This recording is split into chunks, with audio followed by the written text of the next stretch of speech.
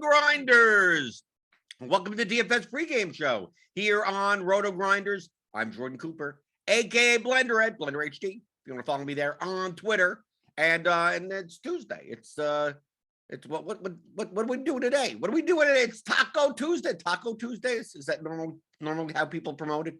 To get some tacos on Tuesday. I don't know what we're going to do today. I want to explain some very basic stuff today. Okay. I had a conversation in our premium Discord in the middle of the night, and people just don't get the bait. You have to get the basic concepts before you can even encroach any other advanced stuff. I call it advanced. I'm using quotes to play DFS better. So I wanted to go over that stuff for the benefit. It's not like stuff I haven't said, right? It's probably go back to 700 hours worth of content and find same explanation 700 times before, but sometimes you just have to repeat things until people, either people get it or they just give up or something. But you can hit that thumbs up button. Thank you on your way in the door. Hit the subscribe button if you're new here. The notification bell, as always, to know when we go live. Right, Eric Hillpold got it. Blender making an apple juice run. Yeah, I don't have apple juice. I got ginger ale. Got to stay hydrated to have the energy to answer the same questions every morning. Exactly. Right? And then no matter what, like I could do this show every day. I could put up hours of content. I could explain things 700 times the same way. And then I'll still get messages from the same people of questions like, well, how do you have an example of this? X? It's like I've explained this 700 times. Or people that don't even watch the show. I get people on Twitter. I literally post about the show like every day. I post all the shows that I do. It's in my profile. And people ask, what's X, Y, and Z? Ask some question and go, I covered it yesterday. And I covered literally the exact same thing that you're asking in detail for a half an hour on yesterday's show. And they go, what show?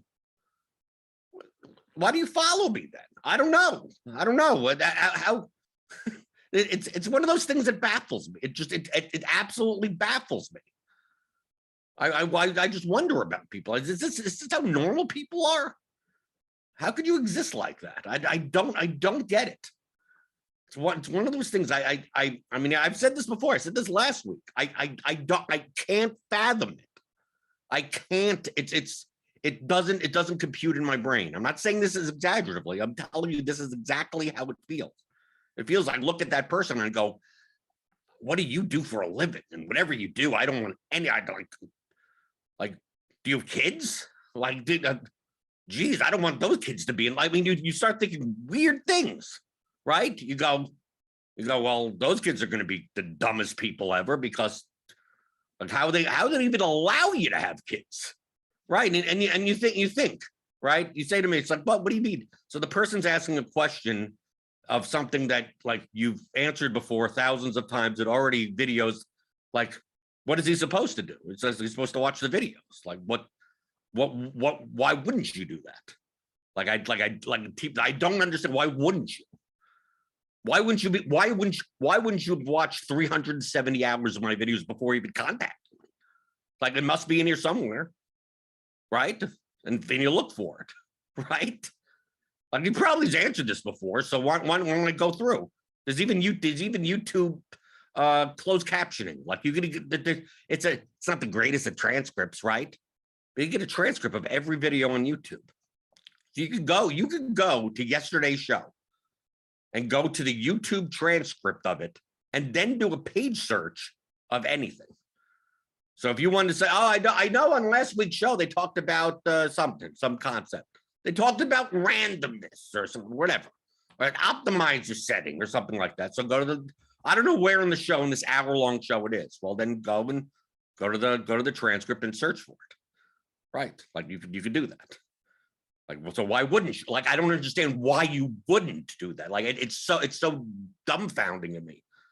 Oh, is this guy in or this guy? Yeah. So just go to Twitter, go to the Twitter search box and just type the player's name in. Like, I don't understand why you're asking me. Like, just type the Twitter, like, that's how I would find out. So why do you need me to do it? Just go there and do it. Is this guy in the projected starting lineup? Well, go to the RotoGrinders starting lineup page and just look.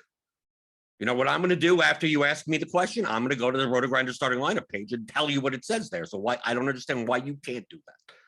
Like that's the disconnect with that. That's the disconnect with me in society, I guess. Like I don't get it. I don't like, how do you function? How do you tie your shoes? I don't know. Do you have someone tie your shoes for you every day? How do you not find that information? Like that's the thing that bothers me the most. Because then it's like 90, I would say not over 90% of like my Twitter DMs are people, the dumbest people ever. I can't not think that. Because you're asking questions that have been answered 700 times, or there's literally, I'm just sending a link. I'm just going, there's a link. You know, should I play this guy or that guy? Well, there's a link to the projections and look. Why is that so complicated to do? Just go look at them. Right, Jacob's in here. Damn, I missed the first stupid question. No answer to ask a stupid question. But Eric said it's like got to stay hydrated to have the same energy to answer the same questions every morning. Right. Well, that's why I feel like to some people they come to the show, and I feel like I'm repeating the same show like over and over again every week. Which is fun, for newer people, I have no problem. I took like 4 hours, like last night. I was up until like 5:30 in the morning in the RotoGrinders Discord explaining basically the broadest concept of what variance is to someone that doesn't seem to understand it. And I'm going as slow as possible. So I've tutored before, right? I've taught to some extent. It's most important to me, at least in my teaching style, to go as slow as possible. And it may even sound patronizing, but you have to go slow until someone gets the concept. So you're trying to teach concepts. Once you start combining 3 or 4 concepts together, then people don't get it. You have to go one at a time, these types of concepts. So I spent 4 hours and it seemed like it was a waste of time. So it's like, why am I spending this time? Right? There's going to be something special coming up in the Discord, by the way. If you're a premium member of our RotoGrinders, I just talk to the big boss man, right? Not the wrestler, right? Be weird to talk to the big boss man. I think he's dead, right? Is Ray Traylor still alive? No, I think Ray Traylor died. But I talked to the big boss, and did something's because I'm cool coming up to the RG RotoGrinders Discord. Maybe by next week or something like that. Let you know about it. So sign up for RotoGrinders Premium, right? That's I hang out there, right? There'll be something cool coming to there. Okay. So what I was trying to explain late at night was actually I went so slow that I feel like I didn't go slow enough in even touching enough on this concept in the Theory of DFS course, which is obviously you could get at theoryofdfs.com. And that's just the concept of variance. Just the concept, right? I went, like in the course, there's a whole chapter on expected value, which is a core concept. Like if you cannot get expected value, you cannot win at DFS, right? Long term, at least. I mean, yeah, obviously anyone can get lucky, right? So expected value is, I consider, a core concept of basically any gambling, any decision-making game, anything. What is the expected value of a decision, of any? What is the expected value of something? But understanding what the EV of something is means nothing if you don't properly understand what variance is. Because then it's not expected value anymore. It just becomes value. right? You go, okay, you have a roll of the dice, right? You're rolling a 6-sided die. Right, let's make it easy. So it's easier on the math. 10-sided die. It's a 10-sided die, and you have to bet $1 on what it comes out. And if you win, you get $10. You get paid out $10. So the expected value of the bet is $1. You're betting $1. The expected value is $1, right? If you got paid out 20-1, your expected value on $1 would be $2, right? Your expected value, which means on average, we keep on rolling that die. For every $1 you bet, you expect to get $2 back. If it was 10-1 odds, which would be the true odds of the die roll, 10-sided die roll, your expected value would be $1. So you bet $1, have the same expected, you're going to break even over the long run. But just because the expected value is X doesn't mean that the expected value of $1 die roll of a 10-sided die roll is $1, but you're never going to win $1 because you're either going to win $10 or you're going to lose $1. You can't actually hit that $1. It's expected value, right? That's the actual value on one single die roll would either be $0 or $10, right? But based on probability, 9 times you're going to get $0 and 1 time you're going to get $10, right? And you spent $10 in the process. But on each individual time, it could be 0, it could be 10, it could be 0, it could be 10, it could be $0 or it could be $10. Either you get the number right or you get the number wrong, right? That type of thing. So if you guess 3 times in a row and you missed all 3 times, that doesn't change the expected value of your bet. It doesn't change anything. You're getting paid 20-1 on a 10-1 occurrence. Your expected value is $2 on a $1 bet, right? So why wouldn't you? I would be betting on that all day. So it comes up 3 times in a row with 0, 0, 0. You know, you miss. Does it change the expected value of the next roll? No, it doesn't. It doesn't at all. Probability is probability. What we're talking about now is variance, right? We have an actual probability of the event happening. But would I know what number to bet on any given die roll beforehand? That makes one would come up more than the other. Okay, right? I'm gonna guess 3 on this one, but the next one I'm gonna guess 5. Is there a reason to even change the side of the die that you even bet? No. There's no reason that you can't change it either. So if you want to go, I'm going to bet on 7 every single roll, that's perfectly fine. You could say, I'm going to randomly bet on it. I'm going to say 7 and then 1 and then 10 and then 8. And then you could do that also. Like the difference between those two, the expected value of your guess does not change. You're getting paid 10, you're going to make 20-1 on a 10-1 occurrence. And all of the occurrences are equally likely because it's a 10-sided die, right? Assuming it's a fair die, assuming that it's, it's not weighted to one side or something, like that. Can you guess wrong 20 times in a row? Yes, that will happen. That actually will, that it's over the longer and longer you roll, the more likely you're going to have a period where 20 times in a row, you don't guess right. 30 times in a row, you don't guess right. After 30 times in a row, you don't guess right. You go, oh, there's the die. What do you start thinking? Either the die is rigged, which it's not, or you think that there's a better way. Well, if I guess 7 on every die roll for 30 rolls and it never comes up 7, maybe I should switch up and now have to do 3 and then bet different numbers. No, the expected value of it doesn't change. It doesn't change. Feel free to switch around. And then some people that switch around go, well, I do 6 and then I do 2 and then I do 3 and then 30 times in a row they don't get it. And then they think in their head, it's like, damn, if I just guess 7 every single time, I would have won 2 or 3 times. Maybe that's the correct strategy. And you know what I tell them? I said, it doesn't matter either way. The expected value is still the same. You're coming up with some narrative to explain a short period of time of numbers that already have finite probabilities. Over a 20 roll, 30 roll, 100 roll, the distribution isn't going to be totally normal. Over 1 million rolls, yeah, it'll be much more normal, right? 1 billion rolls.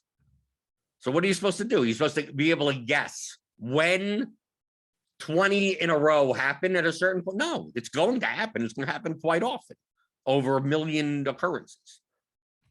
But is there any information that you have that you know on this specific die roll that you should bet 7 or 3? No, you don't. You will never have that. And can you look in the past and see, well, we just rolled it 500 times. So now I'm going to take those 500 times and go, well, it looks like 6 comes up a little bit more. So now I'm going to bet on 6 the remaining times. No, there's no reasoning for that. It just randomly, because the chances are 10% of each number.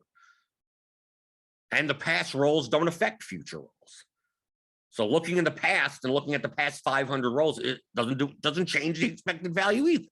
None of this changes the expected value. So your proper strategy is to bet on any number. Doesn't matter when or where or anything. And if you're getting paid 20 to 1 on a 10 to 1 occurrence, you saying every dollar you bet, you should expect a $2 return. The longer and longer you play, you've invested $1,000 into the game. You should have $2,000. You should have $2,000 or close to it, right? Maybe sometimes you play 1,000 times and you end up with 1,700. Sometimes you'll end up with 2,300. A rare occasion, maybe you end up with 4,000.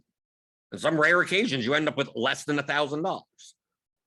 But the larger and larger that sample size goes, the larger and larger it gets, the closer it gets to the mean.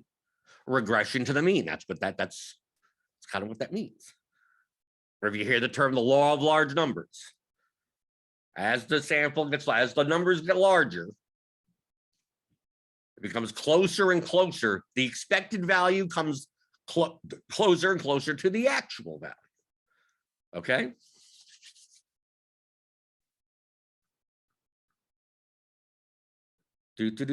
Right. Michael Dampier says people still look for trends on a roulette wheel. There's just no helping some people.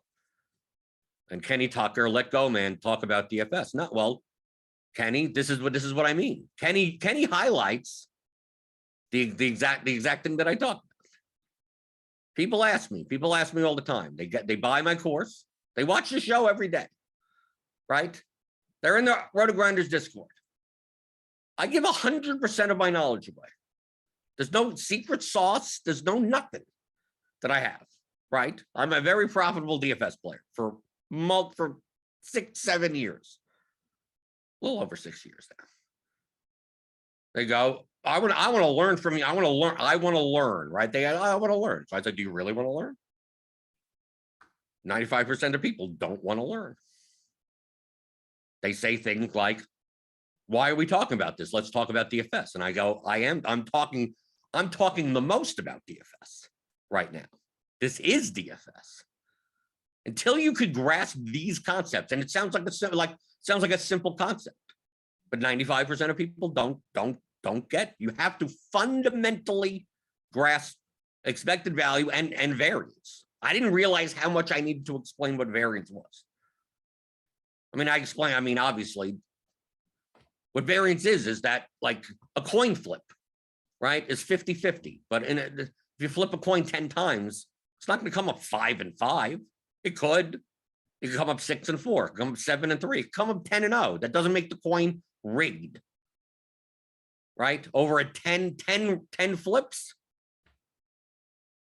it could be 8 and 2. And you go, oh well, I'm going to bet 8 heads, 2 tails. Well, in the 11th one, I'm going to bet heads because it comes up more often. And then there's some people that think the opposite. They go, well, I know it regresses to the mean, so I'm gonna bet tails now because, well, it was 8 to 2, so it's gonna get closer to be even. But anything in the past for one single coin flip doesn't matter. So looking at the past 10 flips doesn't do you any good. It's still 50-50 no matter what. The expected value is still the same no matter what. Until proven otherwise, that there's something wrong with the coin. right? Specifically, right? I gave an example yesterday in the chat of a jar of marbles, okay? I thought this is a good way of explaining it. And this is DFS. If you don't like this, then just click away from the channel. Feel free to continue losing your money. If you have a jar of marbles, let's say you have a jar with 100 marbles, okay? There's 50 red, 50 green, 50 blue, 50, 30 blue, 20 green. So we're going to bring up, let's see. Can I get a document up or something? Oh, maybe not. Let's see if I can.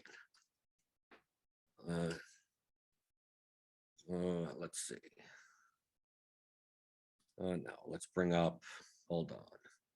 Let me get, okay, let me do this. New Google Doc, just to show it on the screen, right? Okay. So let's say you have red, just to put it on the screen. I'll have to blow this up a little, make it easier. Maybe even blow it up to 150. So let's say you have 100 marbles. You have 5 red, 50 red, 30 blue, and 20 green. Okay. So you have 100 marbles. 100 marbles. Okay. Marbles. Okay. Now I'm going to draw 10 of them. 10 draws of the marbles. Okay. Now, if you were to project the average out of 10 draws, what would you project for each marble? Okay, we have the exact probabilities. What's out of 100 marbles, what is the chances of pulling a red marble? 50%. What's the chances of drawing a blue marble? 30%. Green is 20%, right? There's 50 red out of 100 marbles. There's 30 blue marbles out of 100 marbles. There's 20 green marbles out of 100 marbles. 50, 30, 20. If I were to give you the option of guessing any color on one single draw of the marbles, which one would you guess? Assuming that we always put the marbles back after every guess, it's always 100 marbles.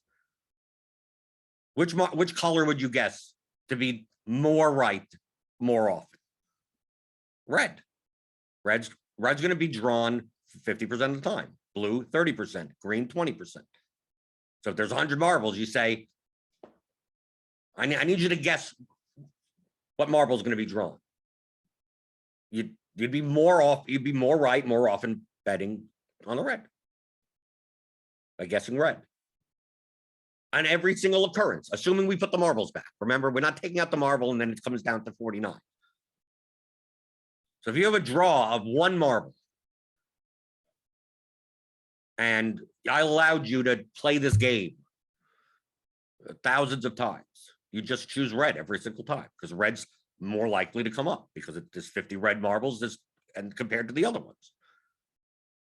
You do it every single time. Like if a green came up, the next time you still do red because you know there's 50 red marbles in there. But 30% of the time it will be blue. And 20% of the time it will be green. But you'll still continue, like the expected value, if I was to pay you whatever amount of money, even money on this bet, or whatever, you're going to make the most money, or at least break even in that case, betting on the red every single time, regardless. You wouldn't even look. You'd close your eyes. You wouldn't even look at the marble draw. As long as you know there's 50 red, 30 blue, and 20 green. Okay? So now let's say you have 10 draws. I'm gonna draw 10 marbles out. And remember, we replace the marbles every draw. So remember, if we pull out 1 marble, it's not 99 marbles left. We always put the marble back in and then redraw. Okay. So you can't say like, well, if a red gets pulled up, it's less likely now than another red because there's 49 left. No, we always put the marbles back. So in 10 draws, if you had to project what would happen after 10 draws, what would you project each marble for? Similarly, how do you project a player for in NBA, in NFL? Well, on average, you get 5 red, 3 blue, and 2 green. That would be their median outcome. That would be their mean outcome. That on 10 draws, if we played this game a billion times, it's going to come closest to 5, 3, and 2. Why? Well, why should it? Because we have 50 red, 30 blue, 20 green. It's a finite probability.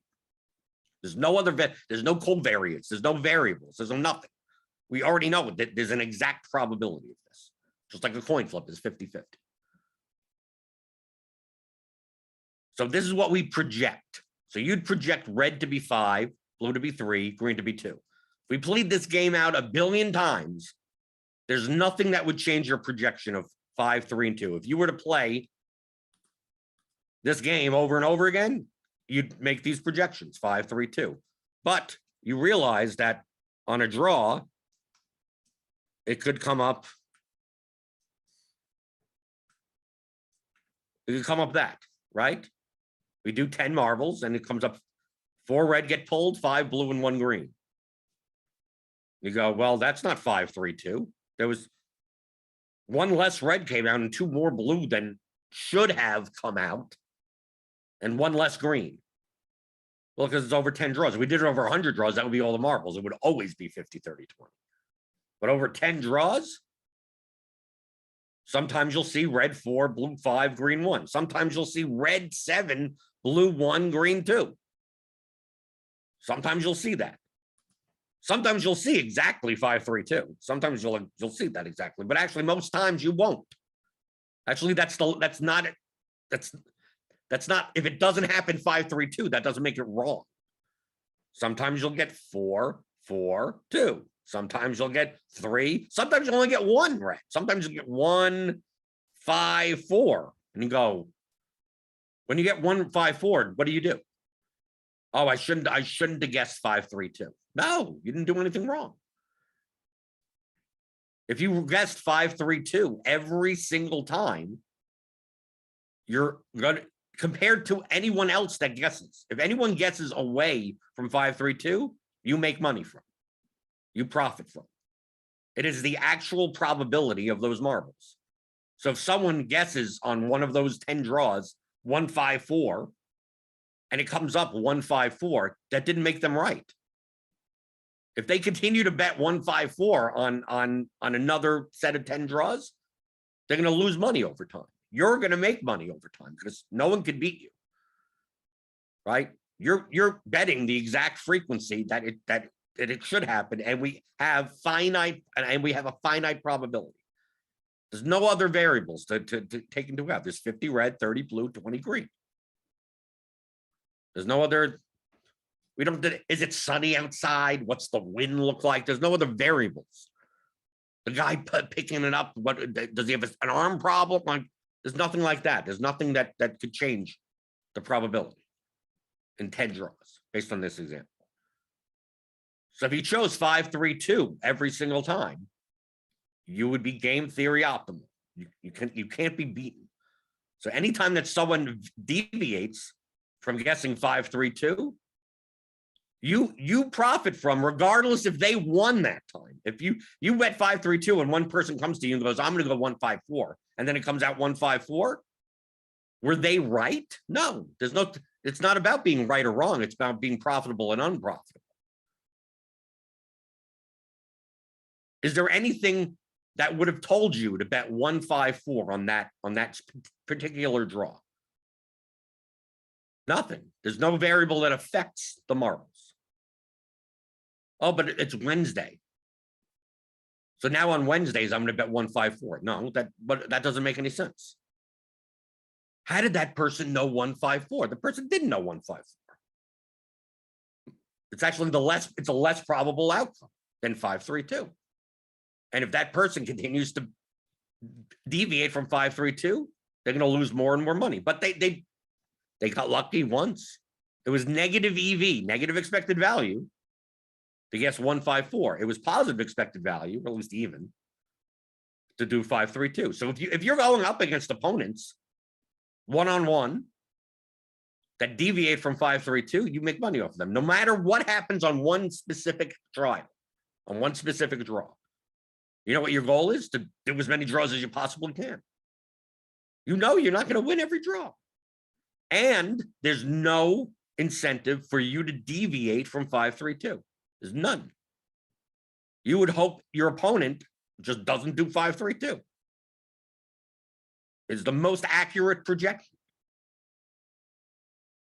Okay? It's the most accurate. You can't be beaten. No one can have one that says, well, I know there's 51 marbles. No, we already know there's 50 marbles. Someone counts them wrong. Maybe someone counted them wrong. The other person counted it wrong. No, I think there's all 58 marbles and 32. Like, yeah, then their numbers would be wrong. Your numbers would be right. You physically know that there's 50 red marbles in there. Someone else thinks there's only 30, right?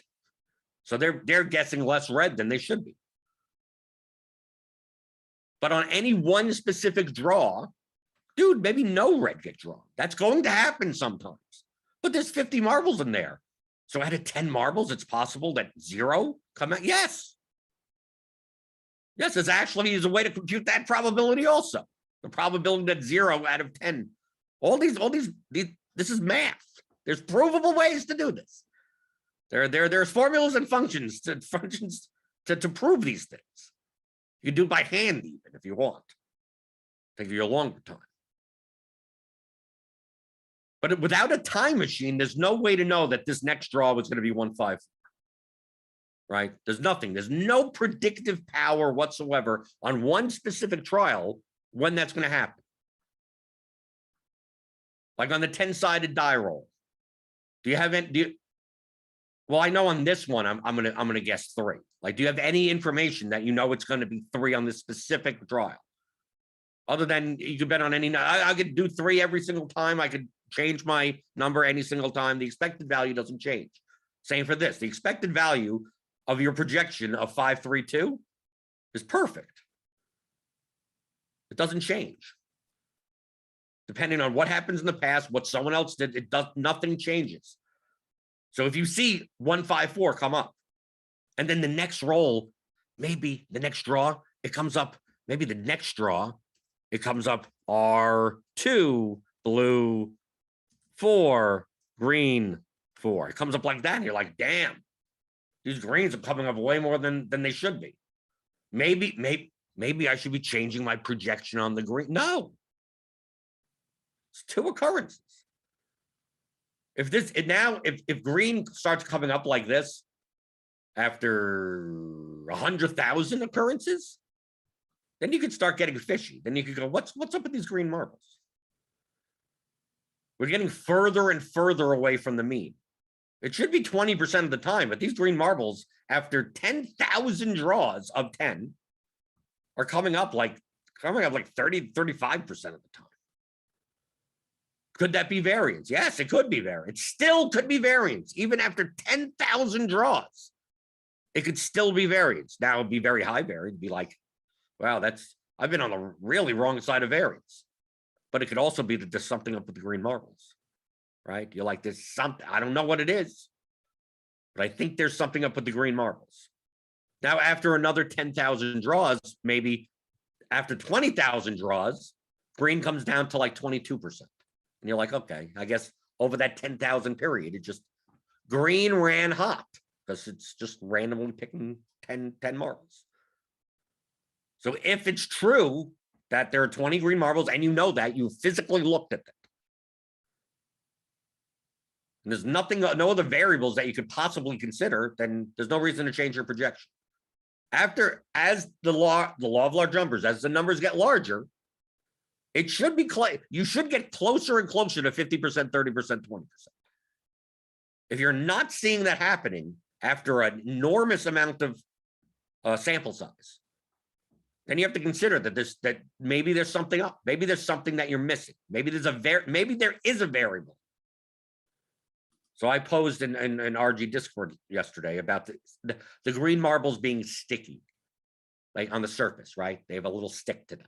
So when someone goes into draw, it's more likely to stick on their fingers. I don't know. Come up with something like that. So maybe you see that. Maybe you see that green is after a lot, not after 10 draws, after 20 draws, maybe after 500, maybe after 1,000 times of playing this game, you go, well, green is coming up.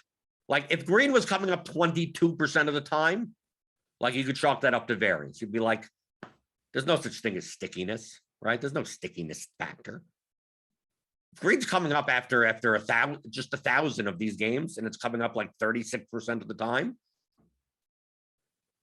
you can't prove that there's stickiness there either. But now you have much more of a case. Now you have a much like yeah, green. These 20% green marbles are coming up way more than 20. I mean, way more. Could it still be variance? Yes, it could still be variance. So as you start increasing the size of the sample, you can see whether or not this, and that now you put in and you feel that the greens are sticky. So should you change your projection now? Now that you know that you could physically feel that the greens are sticky, and that after 1,000 draws of this game, greens were coming up 35, 36% of the time. Should you now? Oh, now I want to bet 3.5. I'm going to change my projection. No. Should you change your projection from 2? Possibly. Okay. Having it come up 36% of the time after 1,000 draws, there may be something there. But is it worth changing your projection to 3.6? No. Maybe you start changing your projection to 2.2. Maybe you go, maybe there's something to the stickiness factor on the surface, right? But you can't prove it. You only have 1,000 draws to go from, and there's no way to prove the sticky. There's no physical way of proving that. But you could feel that the greens are sticky, and maybe that affects something. Maybe the same way you do in sports. Does home court advantage matter in basketball? Well, maybe not. Would you be able to know that after 10 games? No, of course not. You'd have to know that over thousands upon thousands of games. And even then, maybe it makes a difference, but very small. And maybe to add another advanced concept, maybe it's not the home court that is the thing. Maybe it's something else that you could measure that already in fact encapsulates that number. Like when people say home court advantages, they typically think of the fans. A lot of times, the scoring of the home team goes slightly higher only because of the refs' influence on the game. So it's not that they're at home, so they're going to on average score 1.5 points more. It's that no, they're home, so they're going to probably get 1.5 to 2 fouls more than they would on the road. So that's free throws, right? Like something like that. But I'm getting too advanced.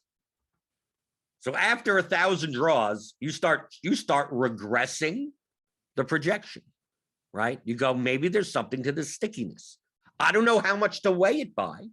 Maybe the projection really should be 3.6. Because after 1,000 draws, I see that's how it's coming out. But 1,000 draws is still not a very large sample size, but it's enough. Like if green was coming out at 22%, right? 2.2 after 1,000 draws, you wouldn't even think about the stickiness. You're like, the stickiness probably doesn't even matter, right? If after 1,000,000 draws, green comes out 21% of the time, there's a small variance, but the stickiness probably doesn't even matter. And if it does, it doesn't matter that much. Maybe it only matters maybe the correct projection really should be 2.05. It matters by half a time. Maybe. But obviously, the more it becomes an aberration, the more it becomes an outlier, the more that the results start getting over 1 standard deviation over the mean. When it gets closer to 2 standard deviations over the mean, then you could start looking. Maybe there's a covariate that I'm not taking into account. I'm looking at 50 red, 30 blue, 20 green. Yet after 50,000 draws, green is still coming up at 36%. Can that be accredited to variance? Yes, it actually could. Right, but as you get further and further, the less likely it's variance, and the more likely there's some covariate there that could explain that. As you get, it's more likely and less likely. It's not, there's no point to, like, at one point, 50,000, because then 49,999, it's variance. By 50,000, it's not variance. There's no line. It's just as the number gets larger, it's more and more likely that something is or is not true, or more or less likely to be true. So let's say we go 1 million draws and green is still coming out at like 36%. Then you start to accept more, and like as that number gets larger, the more and more it's like, yeah, this stickiness makes a difference. There's a covariate there of stickiness, and it should have a weight. Most people will look at the marbles. A new person comes and looks at the marbles and goes, yeah, 50% red, blue 30%, green 20%. They don't realize that they have not touched the marbles and feel that they're sticky. Let's say we let them, right? We let them, right? They think 50%, 30%, 20%. I say, go and touch the marbles. They touch the red marbles. They feel fine. They feel like marbles. They touch the blue marbles. They feel like marbles. They feel like just like the red ones. I wouldn't be able to tell the difference. Then they touch the green marbles, and when they touch the green marbles and they raise their hand, it sticks to their hand. Like it's like, and it takes a little divot, like, oh wow, it's like tar on them almost, right? And then they think it's like, well, the red ones don't have it, the blue ones don't, the green ones do. I go, I think it's possible that even though there's only 20 green marbles in there, maybe they have a little bit more propensity to be chosen, to be drawn because of that stickiness. Now, they haven't gone through 1 million draws like you have. They haven't.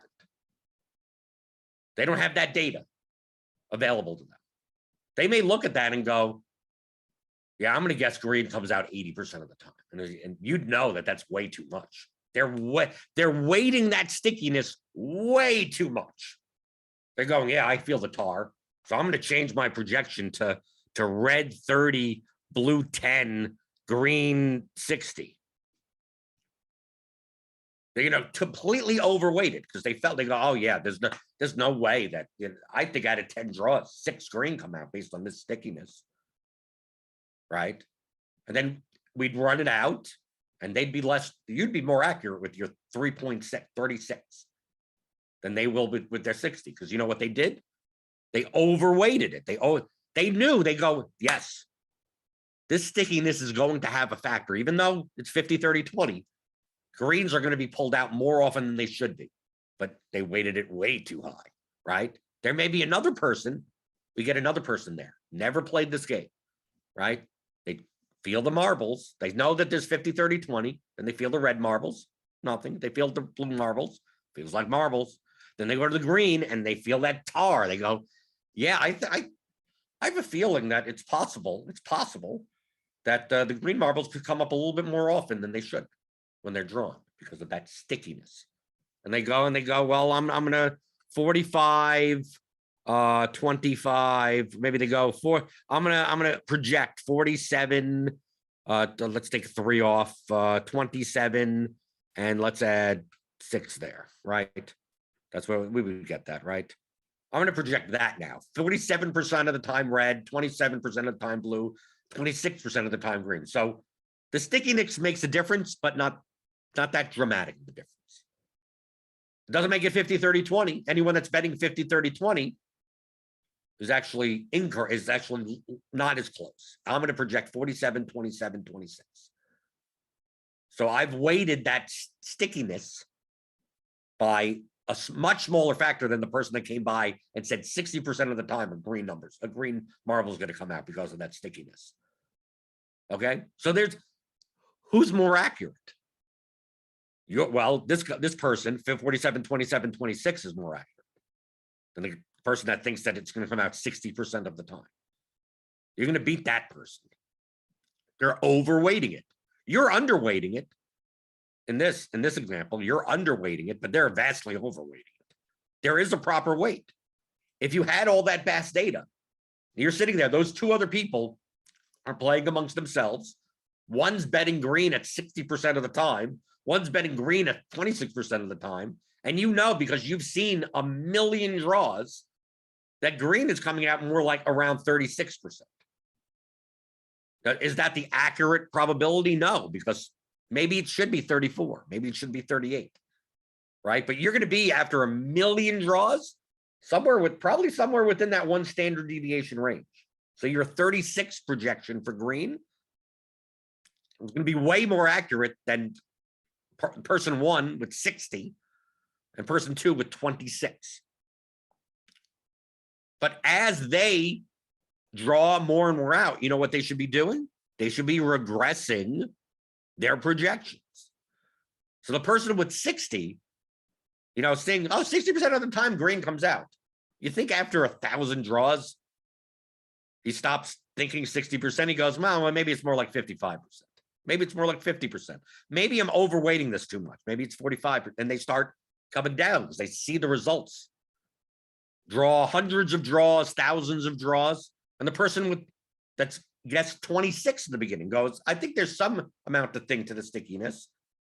They start seeing green come out sometimes at 42% or 34%, like way higher than 26.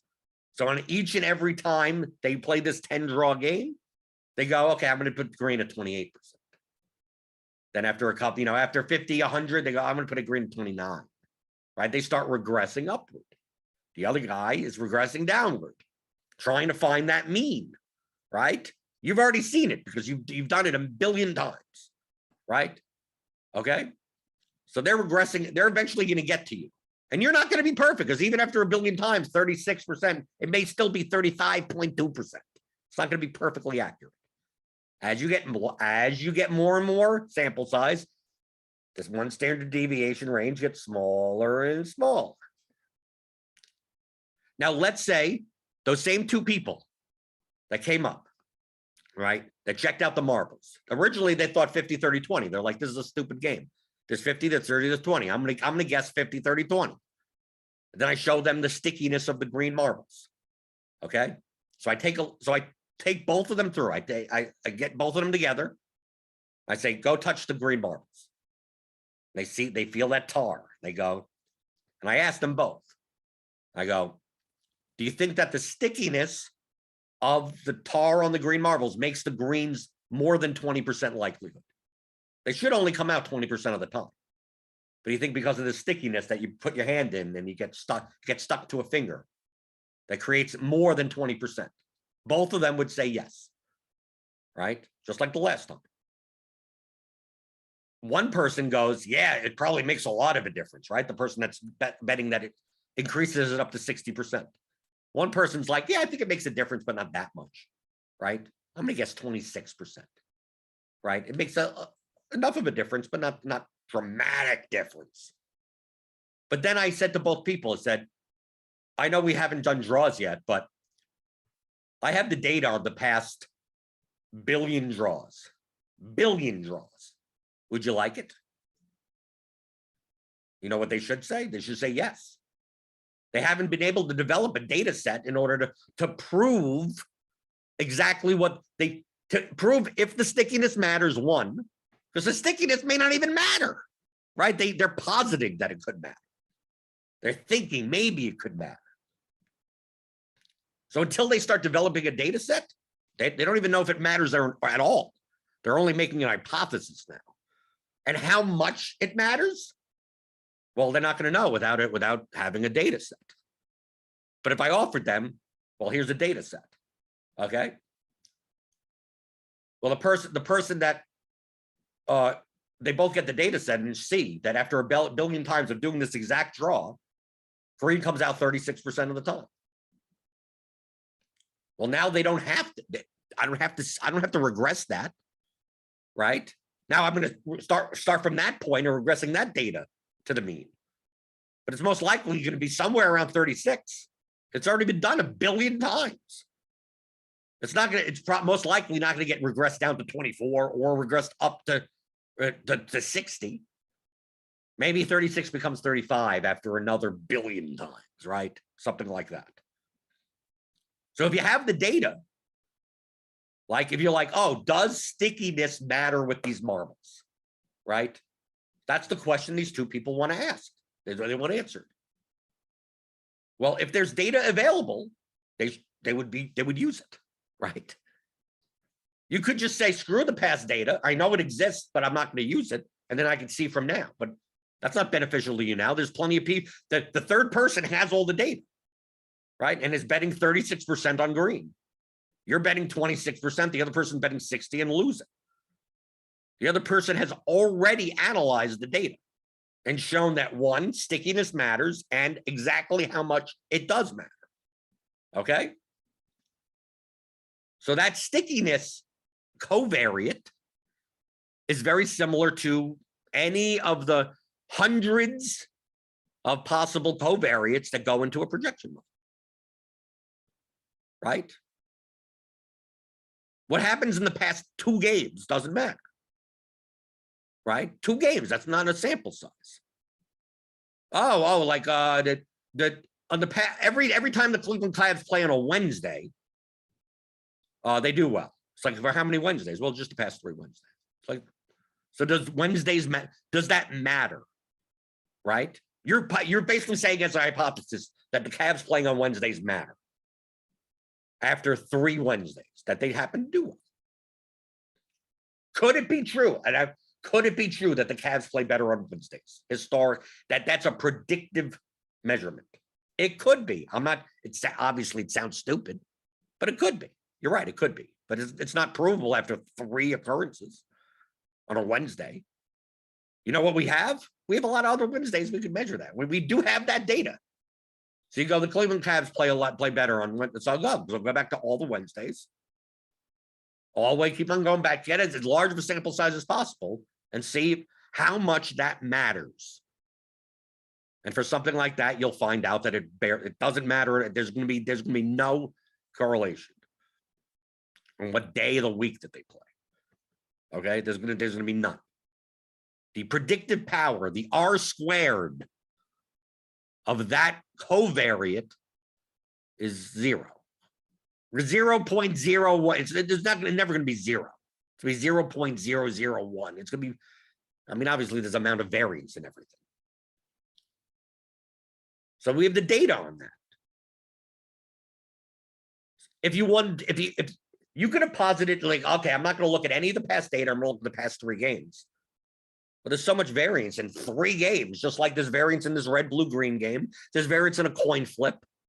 Well, I flip a coin 3 times. It comes up heads all 3 times. Well, I should always bet heads because it's not 50-50 anymore. You know how stupid that sounds? You know how stupid that sounds. Over a course of 3 times. If you flip the coin 100,000 times and it came up 100,000 times on heads, at that, then you'd say that it's a bogus coin. Does it mean that it is a bogus coin? No. But it's way more likely that it is, right? You know how many standard deviations away from the mean to have 100,000 heads in a row? A ridiculous amount. So now, right? Probably after 100 times, right? After 10 times, if it's 10 heads in a row, you'd go like, is something up with this coin?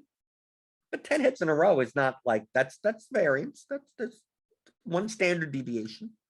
Do 20 times in a row, 30 times in a row, 50 times in a row.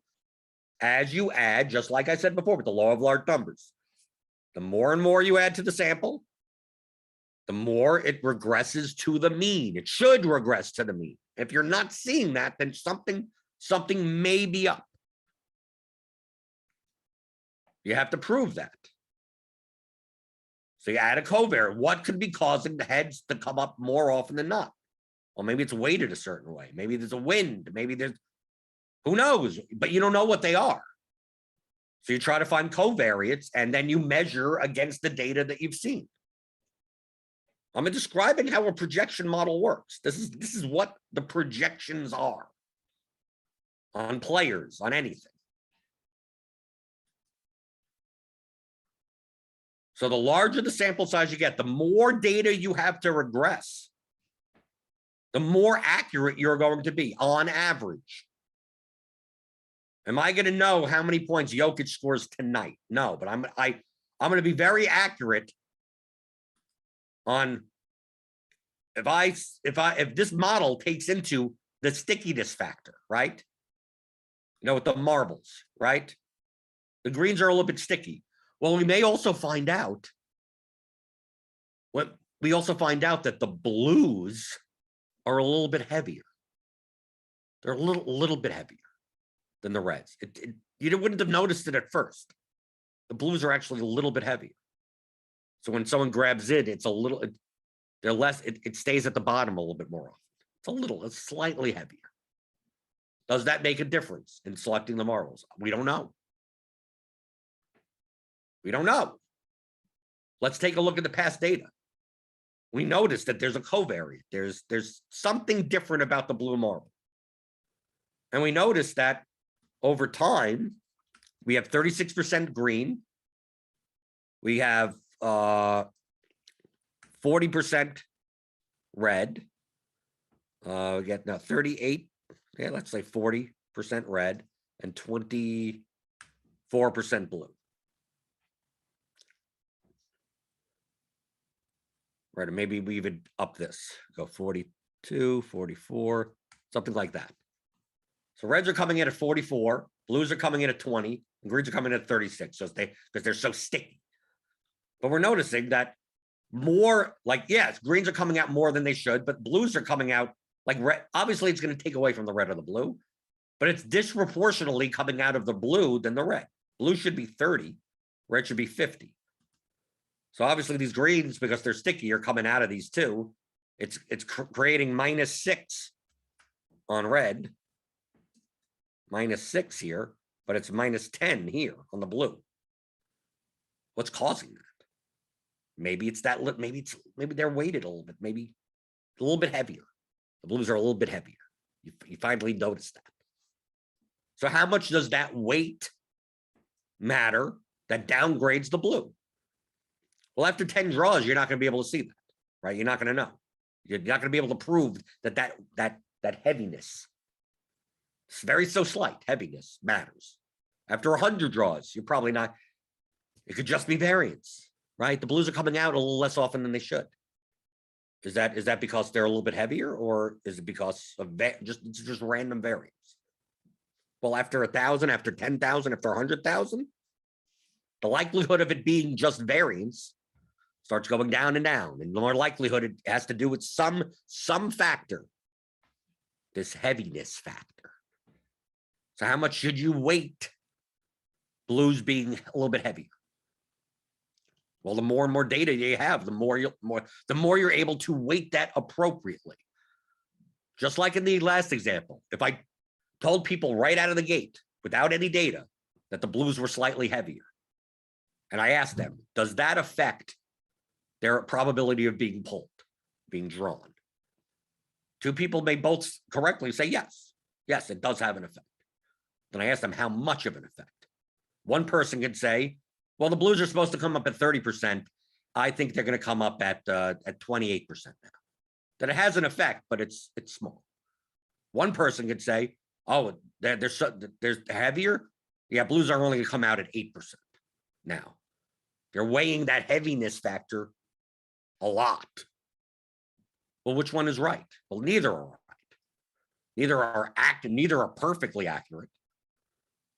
How would you be able to prove that? How much that weightiness, that heaviness matters on the blue marbles? Well, by looking at the data as it gets larger and larger and regressing it each and every time, adding to the data set. Now, to those people, I've already ran it 1 billion times before. So if I said to you, for those two people, instead of you having to do this yourself and have your data set start now, what if I told you there's a data set of 1 billion occurrences? They would want it. And then you'd see that blue should be at 20%. They go, okay, I know what the proper weight of this covariate is. Just like I found out what the proper weight of that stickiness factor. Stickiness apparently matters a lot. Heaviness matters some, but not as much, right? So now you could go to a new set of marbles. So you go, okay, You say bye-bye to me. You go, I'm going to go to some other guy's marbles, right? And they have 100 marbles and they're 50 red, 30 blue, 20 green. But now you find out, you go to the other person's marbles, right? And you find out that the red marbles are very sticky. And the green marbles are a little bit heavier, right? That same tar, that same stickiness is on the red marbles. And the same little heaviness that were on the blue before are now we're on the green. Okay. Now, being you have the data from the marbles that you played with a billion times, you can now go, it's like, well, how much does the stickiness matter? Well, it turned green from 20 to 36. So it almost doubled. And I mean, 20 to 36. So now I'm gonna project red for like 78, right? Because I know how much the stickiness factor matters. Because I saw it with the other marbles. I also know that the heaviness matters somewhat. So I know the green probably comes down to 14, if all things being equal. But since red's coming out at 78, we need to get 22 total here. Blue's going to come out at about equal weight. So maybe the correct projection is something like, 8? Something like that. 78, 14, 8. Right, that adds up properly, right? I'm just doing it by estimation. Because you have the data. You know that the stickiness factor, that stickiness has a certain R squared, an R value to it. You know that the heaviness factor has an R value to it. So now you can go to any set of marbles, right? You go to another guy's marbles that have, different number of marbles, have different colors marbles, different amounts in there. They go, well, this one has 10 red and this has 40 yellow. There's now yellow marbles. There's 5 different marbles in here. There's a polka dot marble. But all you have to do is examine the marbles and you feel that one of the colors has heaviness. One of the colors has stickiness. Maybe one of the marbles has heaviness and stickiness. So you're like, yeah, it's more likely to get chosen for the stickiness, but they're also going to be at the bottom because of this heaviness. So they're going to get a little bit of a bump for the stickiness, a little bit downgrade for the heaviness. But how much you should be doing that is based on the data that you've seen. By regressing that data. You can make an hypothesis, but you're not going to know how much to weight it without regressing the past data. So what most people do in DFS that don't have projection models, they don't have any way of weighting. They weigh it based on some arbitrary amount that with the amount of variables that there are in an NBA basketball game, how are you going to weight 100 different covariates? People say, well, the defensive matchup is bad, so I'm going to downgrade all my players by 10%. Is that correct? Should you be downgrading everyone by 10%? Or only certain players? Or only certain positions? Is 10%? Now, defensive efficiency, the other team's good at defense, likely affects the player projections of the opposing team. It most likely does. But how much? How much does it? You're weighting it as if it's a downgrade of 10%. What if it's only a downgrade of 6%? Well, your projection is going to be off. What if it's only a downgrade of 2%? What happens if in the backcourt it matters more than in the front court?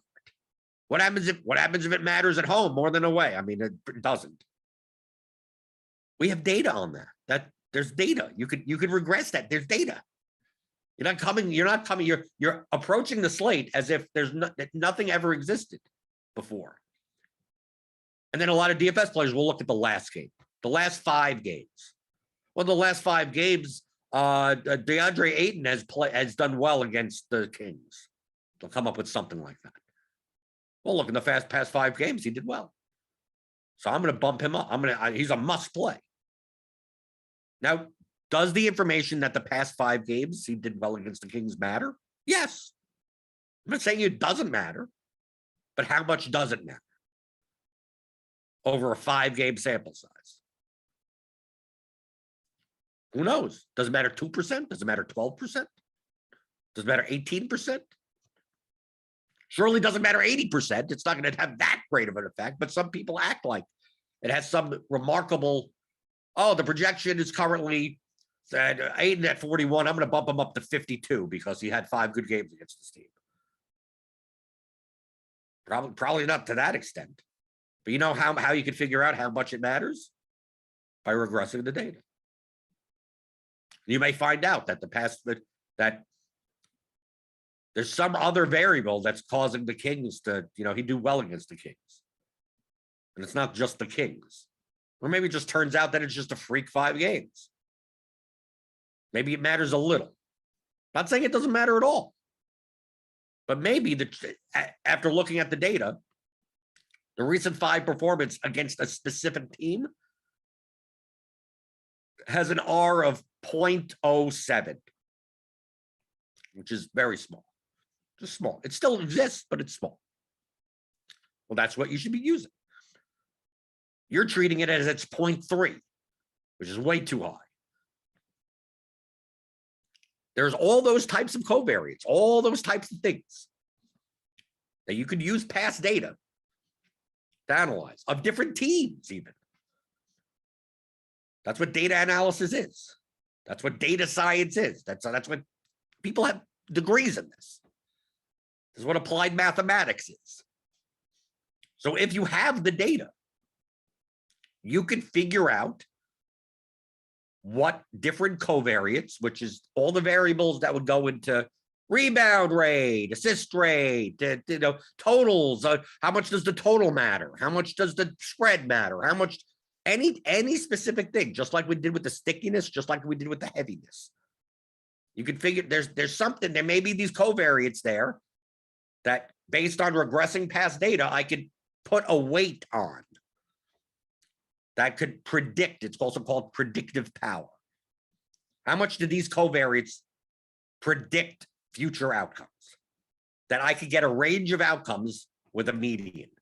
Jokic, 59.1. Hardaway, 35.53. Paul George, 50.28. With the range of outcomes between 34 and 64 within 1 standard deviation. Jokic, 41 to 74 within 1 standard deviation. Which is an insane range. 41 to 74 is a 33-point range. And that's still taking in all of the covariates and regressing it. So that stickiness, that heaviness, that's what you're looking at when you look at projections is that. You're looking at a mathematical model that is taken into account. You're walking up to the marbles going, I feel some of them are sticky, but how much should stickiness matter? Maybe it doesn't. Maybe it does. But how much? How much doesn't?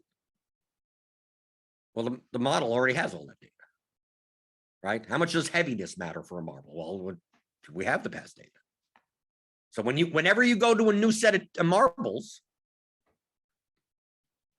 then you know how much those things matter. Then maybe you go to another set of marbles and maybe there's a slipperiness factor. You go, wow, one of these colored marbles, it could be a yellow marble. You don't know what the colors are. As this seems to be a little bit more slippery, which means it's obviously going to be picked a little bit less because it'll slip out of someone's hands. How much does that slipperiness matter? Doesn't matter at all. Maybe you find out it doesn't even matter. Maybe the difference is very marginal. Maybe it matters a lot, but you don't know. Without the more and more draws that you do, the more you could prove these hypotheses. But that's what we're already doing for you at RotoGrinders. That's what the projections are. Does that mean that Jokic is going to score 59 points? No. It means that if we simulated this game out with all the covariates involved, 50,000 times, his median result would be 59.1. His one standard deviation range would be 41 to 74. If he scores 36 points, it's not, the projection wasn't wrong. He had a 12th percentile out. And are we ever going to know if tonight's the night he puts up 12 or he puts up 82? No. You're never going to know that. All I know is that based on all the information we possibly have, that this range, this number, is more accurate than anyone than other people's numbers. Maybe someone has it at 60.2. Maybe another site has it at 58.3. But it's already balanced by all of the covariates already. Really, the only thing that's typically input manually into a projection model for NBA is minutes. And that minutes is a median also. We think he's going to play 35 minutes. No, that means his median outcome is going to be 35 minutes. Some games he plays 42. Some games he plays 28. Right? Because foul trouble. Who knows? Blowouts. Gets injured. Sits out a shift. Who knows? So that's a median also. How do we know how many minutes the guy's going to play on average? Well, we have past games, right? We have past games. We can regress that data, right? Obviously, there's situations that you have to adjust manually. Well, this game is without this guy, and who knows what's going to happen, which means that the minutes are going to be very high variance because we don't have any data on this specific situation. So who knows? Make our best educated guess based on the data that we do have. But if we have a normal rotation, like, oh, everyone's healthy and everyone whatever, and they've been running out the same starting lineup 74 games in a row, most likely the minutes are going to be more accurate, right? They have less variance in them. To me, this is very basic concepts. But if you don't get what I'm talking about today, I don't know how you move past playing DFS. Well, going through the YouTube chat. Any other questions? I know this is a long one, but it feels like I have to go over these things. But people are getting way too far ahead of themselves. Because people ask me, can you teach me how to play DFS? And I go, okay, I don't even talk about sports for the first probably, I don't know. They're like, oh, I want to talk to you an hour a day about DFS, and I want you to teach me from scratch. Like, dude, it may be 2 months before I ever get to anything that has anything to do with sports. Because you need to understand the mathematical concepts. Because once you understand the mathematical concepts, you can apply it to any sport you want. Sport doesn't even matter anymore. Because people are trying, when do I add correlation? When do I add leverage? Like, you're 700 chapters ahead of yourself. Like, do you understand basic probability and statistics? And you have you have to grasp this stuff on an innate level. Like I told the guy last night, I said, I'm going to explain all of this, and it's going to take you, because they said, like, oh, I get it. Like, no, it's going to take you weeks, if not months, to get it. Some people, it may take years to actually grasp this.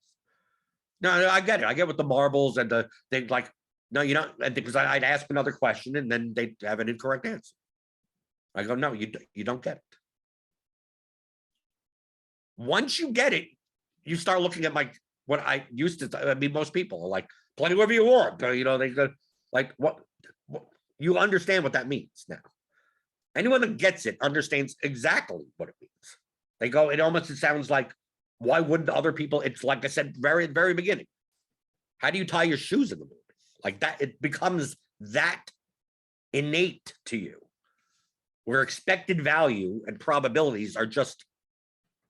So when someone says, would you bet on this, and would you bet? And you go, I don't even care about. What do you think is going to happen tonight? I don't even consider it. I mean, I literally don't even consider it. Right, a showdown last night. I played a ton of Daniel Jones. Didn't work out very well. Said, oh, you thought Daniel Jones was going to do well. I go, no, I didn't think he was going to do anything. Yeah, but you played Daniel Jones in most of your lineup, so you thought he was going to do well. I go, no, I didn't think. I didn't think of it at all. Like at all. I was not considering the outcome of last night's game at all, like literally at all. And people look at me like I have 14 heads. What do you mean? You didn't even? We have a Thanksgiving slate. Do you think the Saints are going to do well? Are you going to play this? Like, I don't think like the words that you're mentioning, I don't even consider. And they go, how do you play DFS without trying to predict what you think is going to happen? I go, well, the game isn't about predicting what you think is going to happen. That isn't the game. The game is to just make the highest expected value decisions. Make that most highest expected value lineups. As long as I keep on doing that, and my sample size gets larger and larger, I'm just going to be more and more likely to be profitable. It's the same thing about choosing the number on the die. Why'd you choose 3 over 7? Well, I don't think about which number. I don't even think. Why'd you think 3 would show up instead of 7? That's what you're asking when you're saying you thought the Giants were going to do well against the Buccaneers. I go, I didn't think that at all. I was just building the lineups that had a higher expected value than other lineups. Just so happened Daniel Jones was the under-owned player based on his projection that made most of those lineups. Whether or not he goes out and does that, yeah, I would prefer it. I have him in most of my lineups. But if we played this slate out 1,000,000 times, I'm going to be profitable, assuming that the projections are accurate, or more accurate than your opponents. So that's what. So once you have to grasp, you really have to grasp that. Like that's the main thing. It has to come to such a point where it's innate, where I don't even fathom considering what the outcomes of games are. I don't even.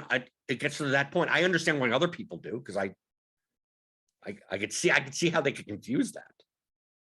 But it's the same thing with the roll of the die. People are like, well, I guessed 6 and it came out 5.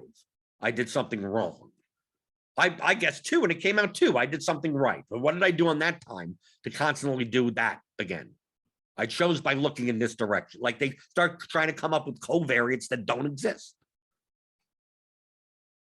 When in fact that there's you shouldn't care what the outcome is. If you're getting 20 to 1 on a 10 to 1 occurrence, just bet anything you want. Bet any number. Who cares? Do it randomly. Do it. Go 2, 4, 6, 8. Then do the odd numbers. You can do it any way you want. It's not going to matter, right? So if someone offered me that bet and said, and I bet on the roll of the die, I bet 6, and it came out 6, and they asked, what made you think that it would come out 6? I go, I didn't even think it would come out 6. I don't even care. Why you keep on betting 6 every time? Because it doesn't matter what I bet. I can bet 1, I can bet 10, I can bet any number. It's a 10% likelihood of coming out, and I'm getting paid like it's a 20% likelihood, like it's a 5% likelihood. So for every $1 I bet, I make $2. So it doesn't matter what number I don't care what the outcome is. I don't even think about what the outcome is. You're telling me I can keep on betting this way. I can come back to you every hour and bet on this. I'll just come back to every hour and just close my eyes and pick a number. What happens if you pick wrong 5 times in a row? So what do I care? I know the finite probability of the roll of the die, and I know that the expected value of the bet that I'm making. So you know what my goal is? To show up every hour and make the damn bet. Then obviously I can use the Kelly criterion to determine how much of a bankroll I need and what I would bet based on that. But that's a more advanced concept. But the actual outcome of the die rolls, I wouldn't even care about. Well, why would I care? Why would I even think about what's going to happen on this one time? All I know is that it's positive expected value no matter what I do. So just keep on doing it. Okay. Long one today. Hope people get stuff out of it. I've done videos like this. I used to do periscopes with this type of stuff. You have to understand this type of stuff to get better in DFS. Okay.